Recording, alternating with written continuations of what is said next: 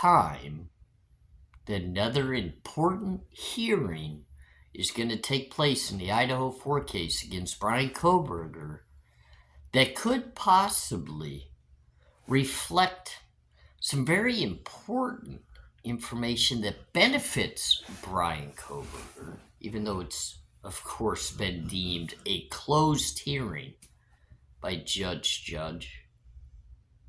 But here we are again, just on the eve of another hearing. Isn't this becoming notorious in this case, that somebody steps forward and does an interview on national TV for all to see, to steal that thunder, to steal that little bit of attention back and put it onto the actual crime, the victims, the tears.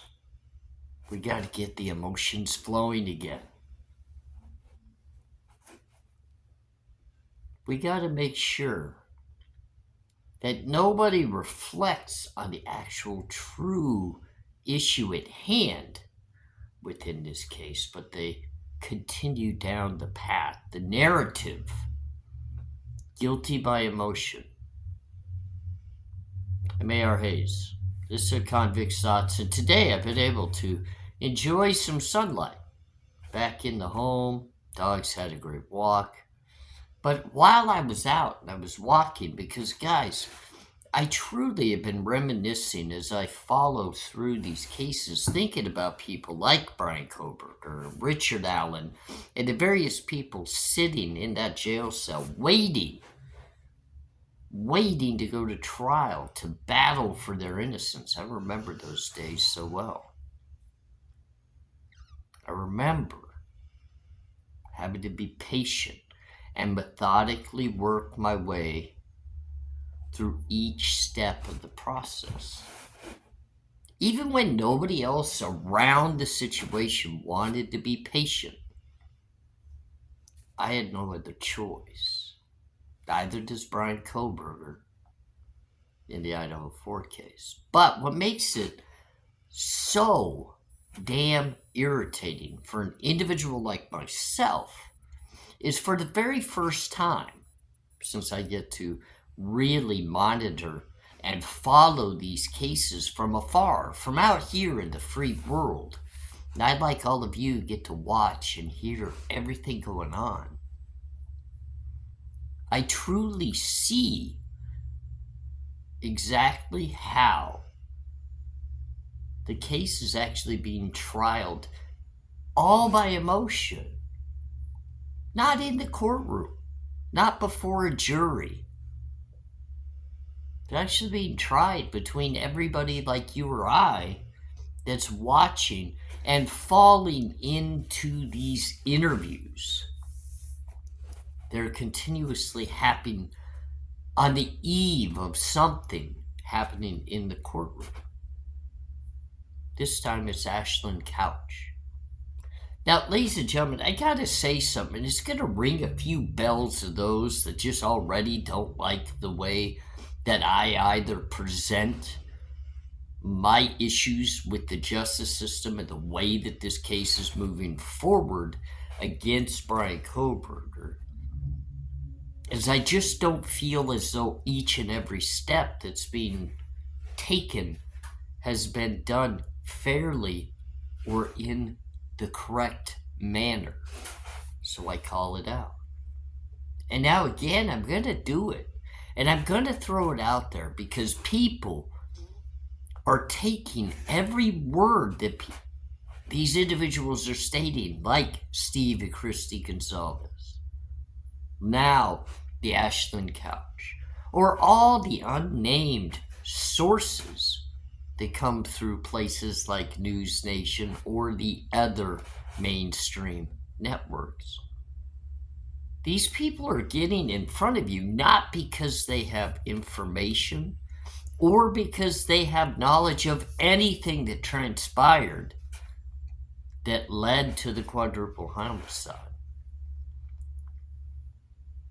They're just getting there to keep your attention on the emotional side of things so that everybody can continue to point at the defendant that's been arrested and say, we want justice for the 4 lost lives and all of the families awaiting in pain because of their losses from that gentleman right there, being Brian Kohberger.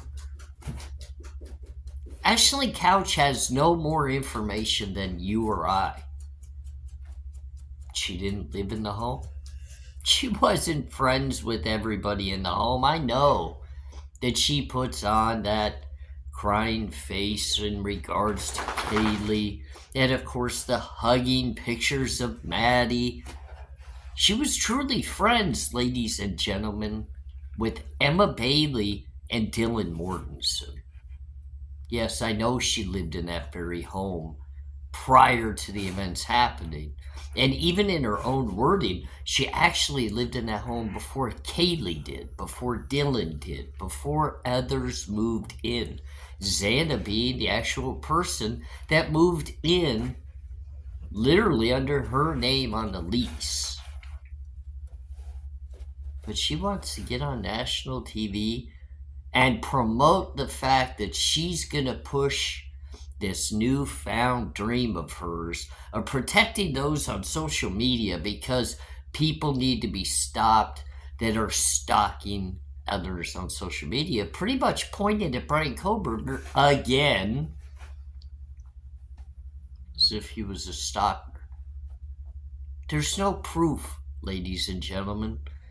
Bill Thompson stood up in the court and called it false and fictitious information when the defense was utilizing that as a part of a survey to find bias within the community prior to jury selection or change of venue motions.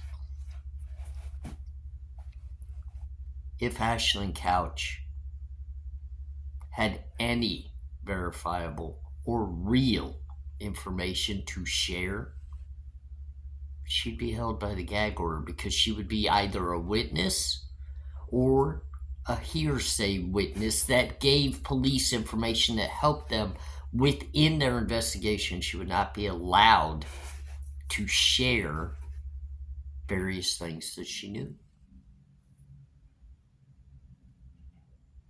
If she was excluded from knowing anything about the real truth of this case, she needs to stop driving a very narrative she knows nothing about. I respect the fact that in her own inner pain or fear, she would want to create some sort of platform or organization to be able to help those who are in fear of being cyberbullied or stalked online. But don't utilize the Idaho 4 tragedy as your very reason to be able to do so, because now all you're doing is reaching out, bringing in another crowd that is going to look down upon the defendant in this case when there's no evidence of anything you're even speaking about. It's frustrating. We know some of the key players that are in this case are going to have to testify because they're not able to speak either on national TV or even in any type of back and forth with a media outlet, a news outlet. Dylan Mortensen, Bethany Funk, they're going to have to remain silent when it comes to the gag order and information, because they're a part of this and have knowledge. At least that's what we believe. Emma Bailey cannot speak. You haven't heard anything from certain people that are very close to the situation, like a Hunter Johnson, who's gonna have to testify because evidently he's the one that found the body before authorities got to the home. We already know people within law enforcement can't speak. You're going to have very important key law enforcement people have to take the stand and they're going to get shredded. Not only by their past training or their other interactions with cases that have been known to have gone wrong, all the way down to their actions within this case. But the key point to all of this, ladies and gentlemen, and this is coming from someone that's been around it, I've had to deal with all of the filings, emotions of who's going to be a witness, who's going to testify, who's not. I've had to prepare the alibi information. No, I've never had to deal with a gag order this strict. But yeah, I've had to deal with people not being able to say anything prior to trial. Not only because there was a small gag order in place, but also because either side that they would be testifying for recommended they kept their mouth shut.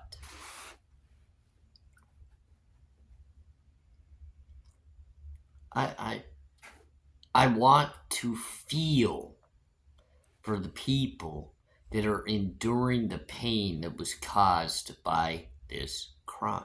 I really do. I want to feel for them. I just struggle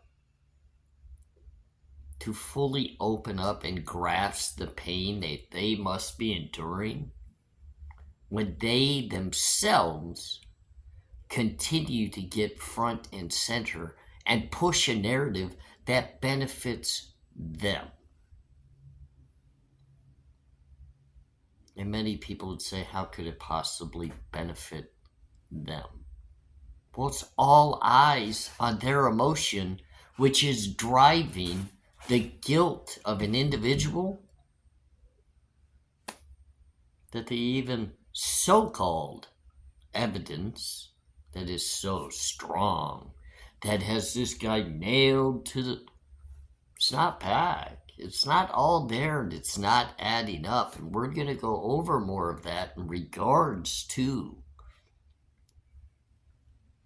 the evidence of this very case. As you know, I've started breaking down not only the types of witnesses, the types of evidence that could be utilized in a case like this, and you haven't seen that, please refer back to some of my older videos. But I'm going to do more, and we're going to discuss certain things that I've endured personally that I can point out that's directly visible within the Idaho 4 case. I hold myself accountable to live each and every single day in a respectful and compassionate way. No, I have not lived my life that way for the entirety of it. Even though it was always within me, I chose a different path for many of years and realized that that path I was on was not the person who I wanted to be or who I truly was. So speaking outright against people that are surrounding a very case like the Idaho 4 can be difficult at times because I want to scream so loudly that I see what you're doing. I see it.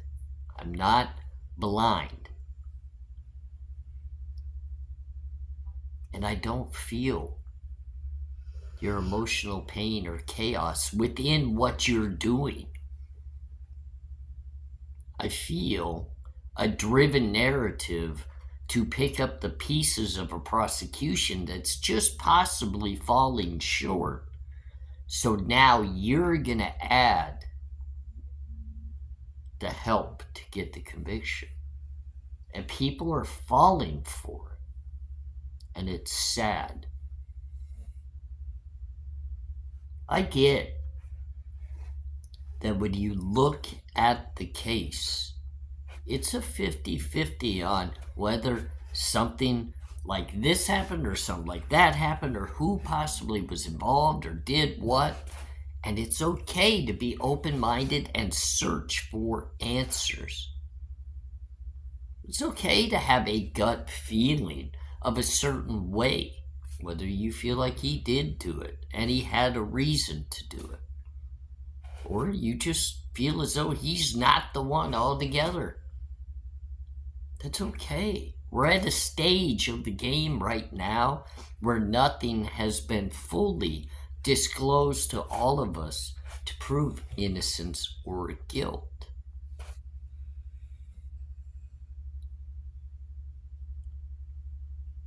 But remember,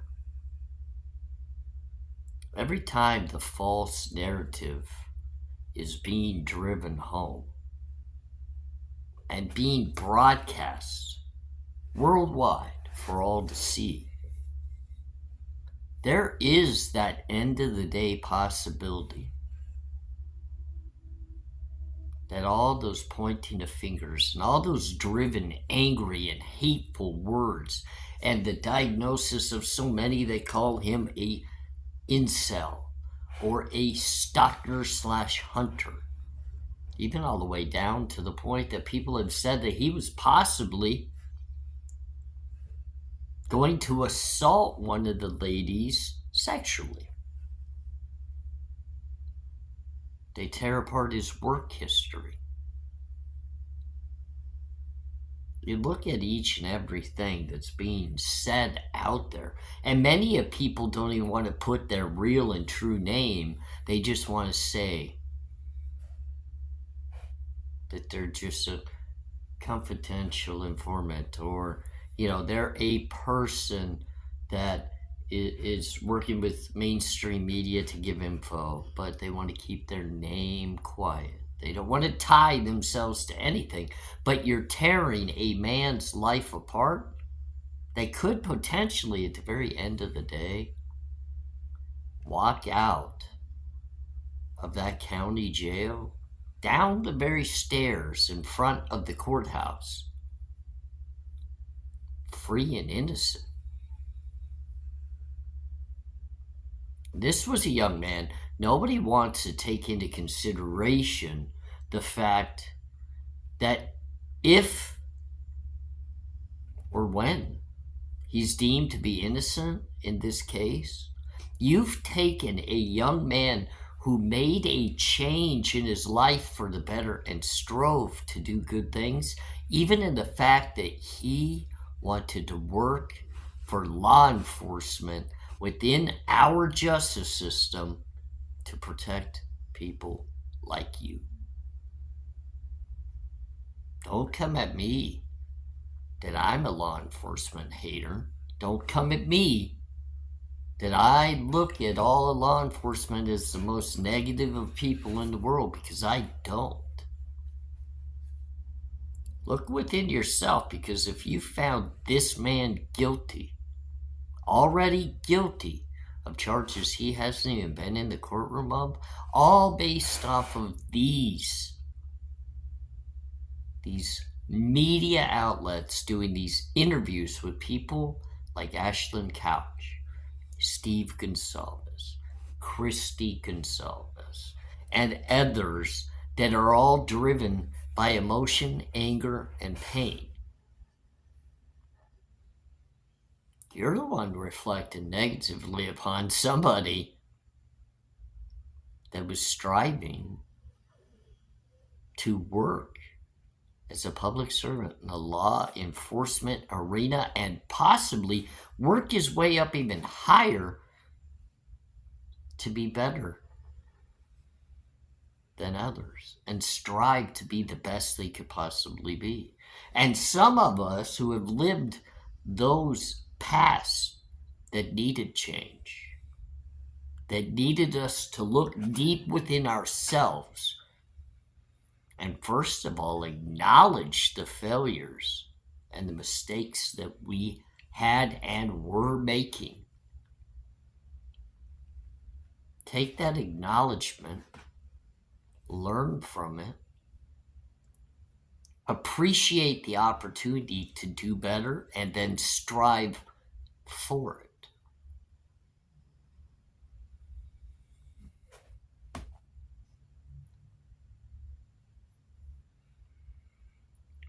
Instead, here we are. We're on the eve, May 14th.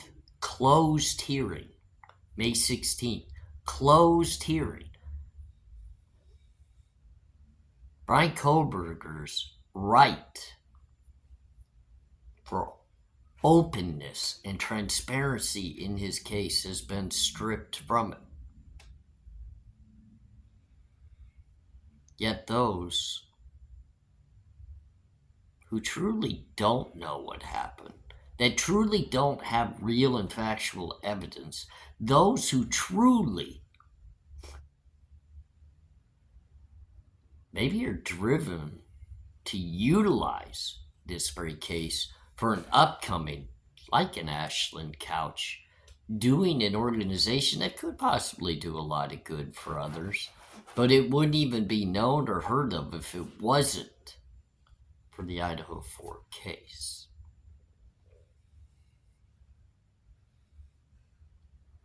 I wish her well in her endeavors, but I also wish more people would stand up and just say, quit talking, quit driving the narrative. Allow what's actual, real, and true, if there's anything, to be the actual information utilized by a jury to define innocence or guilt of Brian Kohberger. Don't rely on emotion. Don't rely on hate. Don't rely on false information. Find the truth. May ARHayes. Thanks for joining me again. This is Convicts Thoughts. I think we'll talk again very soon.